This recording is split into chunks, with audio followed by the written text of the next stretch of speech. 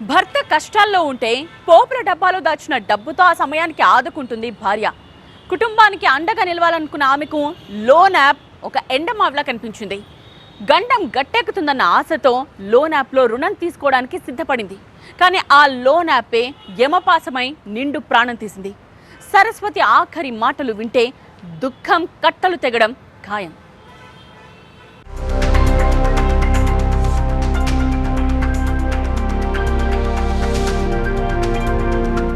అప్పు ప్రాణానికి ముప్పు. లోన్ యాప్ల జోలికి వెళ్తే డెఫినెట్ గా లైఫ్ కు రిస్కే. లోన్ కావాలా అంటూ కుప్పలు తెప్పలుగా మెసేజ్లు పంపుతారు, ఫోన్లు చేస్తారు.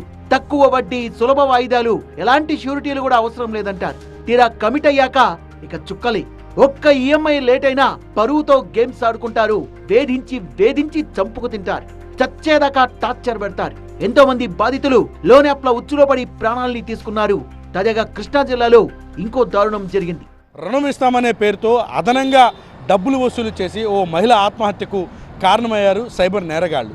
ఇటువంటి ఘటనలు ప్రధానంగా గ్రామీణ ప్రాంతాల నుంచి వెలుగులోకి వస్తూ ఉండటం ఇప్పుడు ఆందోళన కలిగిస్తూ ఉంది. ఇటువంటి ఘటనల పట్ల అప్రమత్తంగా ఉండాలంటూ పోలీసు శాఖ సూచిస్తోంది. పామర్రు పరిధిలో జరిగినటువంటి ఘటన ఇప్పుడు ప్రజలందరికీ కన్నీళ్లు తెప్పిస్తూ ఉంది. అసలు రుణం ఇస్తామని ఏ రకంగా మోసం చేశారు, ఆత్మహత్యకు ప్రేరేపించిన కారణాలు ఏంటి ఇప్పుడు చూద్దాం.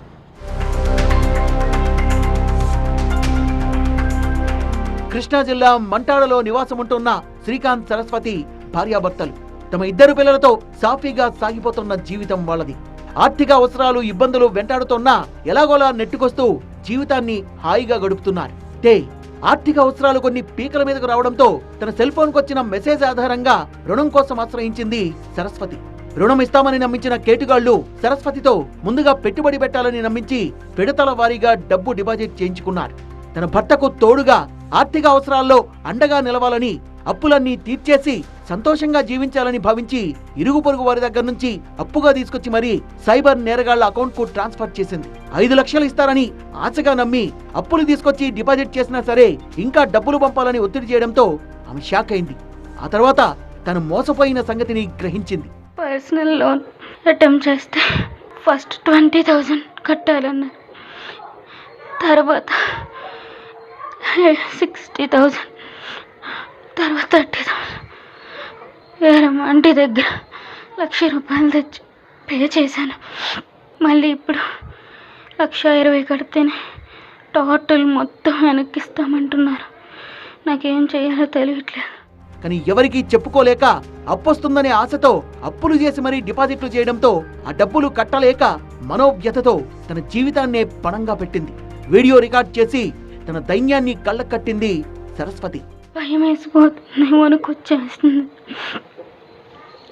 అర్థం చేసుకో, ఐ విల్ సూసైడ్. నేను చచ్చిపోతున్నాను, నీ మోహన్ కూడా చూపించలేను. ప్లీజ్ క్షమించు బాబా, మనకే 5 lakhs వస్తాయి కదా అని పెట్టాను ఇన్వెస్ట్మెంట్. అవి మిస్టేక్ అయ్యింది. అయితే ఇదంతా తమకు తెలియదని వాపోయారు కుటుంబ సభ్యులు, బంధుమిత్రులు. కనీసం ఒక్కరికైనా ఒక్క మాట చెప్పుంటే బాగుండేదంటున్నారు. సరస్వతి ఆత్మహత్యను ప్రజలందరూ సీరియస్ గా పరిగణనలోకి తీసుకోవాలన్న పోలీసులు ఆర్థిక అవసరాల కోసం ఎవరు కూడా ఊరికే డబ్బులు ఇవ్వరని, మొబైల్ ఫోన్లోకి వచ్చే మెసేజ్ల ఆధారంగా లోన్లు ఇస్తామని చెప్పే వారి మాటల్ని నమ్మొద్దని హెచ్చరించారు. ఎవరో కూడా అధికంగా లాభాలను కానీ లేకపోతే రుణాలు ఇస్తామని కానీ మభ్యపెట్టి డబ్బులు సంపాదించాలనేటటువంటి భ్రమలో వాళ్ళ ఉచ్చులో ఇరుక్కునేటటువంటి విధంగా ఆన్లైన్లో మీకు తెలియని లింకులను కానీ తెలియని యాప్స్ను కానీ వాళ్ళు ఇచ్చే ఇన్స్ట్రక్షన్స్ కానీ ఫాలో అయ్యి మోసపోకుండా ఉండాలనే ఉద్దేశంతో అందరికీ అప్రమత్తంగా ఉండాలని తెలియజేయడం జరుగుతుంది. సరస్వతి ఆత్మహత్య చేసుకోవడం స్థానికంగా విషాదాన్ని నింపింది. ఇలాంటి దారుణాలకు కారణం అవగాహన లేకపోవడం. ప్రతి ఒక్కరూ కూడా సైబర్ క్రైమ్స్ విషయంలో అప్రమత్తంగా ఉండాలి. ఎవరైనా మోసం చేస్తే వెంటనే పోలీసుల్ని ఆశ్రయించాలి. ఎంత త్వరగా ఫిర్యాదు చేస్తే నిందితుల్ని అరెస్ట్ చేయడం సహా మీ డబ్బుల్ని మీకు ఇప్పించే అవకాశాలు అంతెక్కువగా ఉంటాయి. అంతే తప్ప ఆందోళన పడి ఇలా జీవితాల్ని పణంగా పెట్టొద్దు.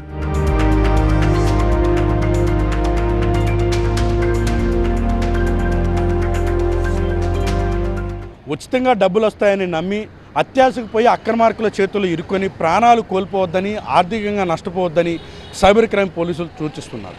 ఇటీవల కాలంలో ఇటువంటి ఘటనలు వెలుగులోకి వస్తూ ఉండటంతో అక్రమార్కుల చేతులు ఇరుక్కొని అమాయకులు ప్రాణాలు కోల్పోతున్నారని, ఆర్థికంగా నష్టపోతున్నారని, ఇటువంటి పరిస్థితులు పునరావృతం కాకుండా ప్రజలు అవగాహన కలిగి ఉండాలంటూ కూడా సైబర్ క్రైమ్ పోలీసులు వార్నింగ్ ఇస్తున్నారు.